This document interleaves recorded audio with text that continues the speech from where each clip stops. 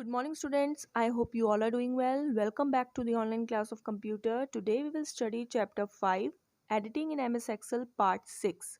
Today I will show you videos on the topics given below: adjusting row height, adjusting column width, Autofit row height, Autofit column width. इन चारों topics के ऊपर आज हम videos देखेंगे so that हमें easily हर एक topic समझ में आए practically.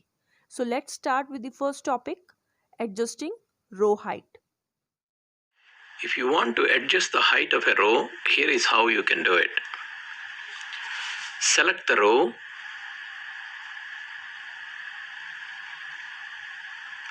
In Home tab, in Cells group, click on Format.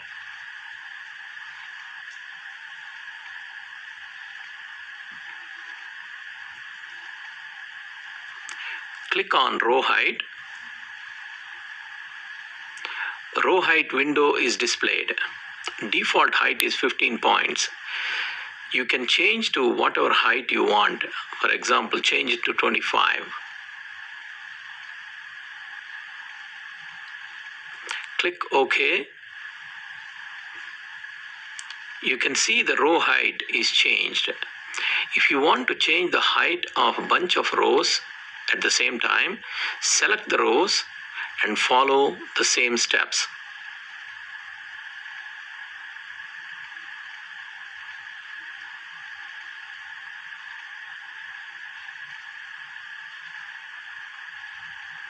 You can see the height is changed for all rows. Our next topic is adjusting column width. Let's watch the video. And today I'll teach you how to change column width to display more text.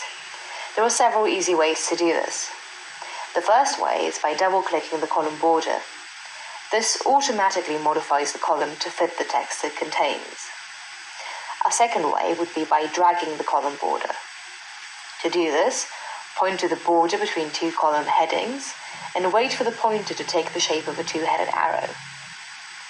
Now drag the border to the left or to the right to decrease or increase the size of the column. When you're adjusting the width by dragging, you can actually see the size of the width changing in the box above the two-headed arrow. If you have a specific width in mind, the third way to change column width allows you to set a specific size. To do this, go to the Home tab. Click on Cells. Choose Format. Now click on Column Width. Here you can type a size in manually.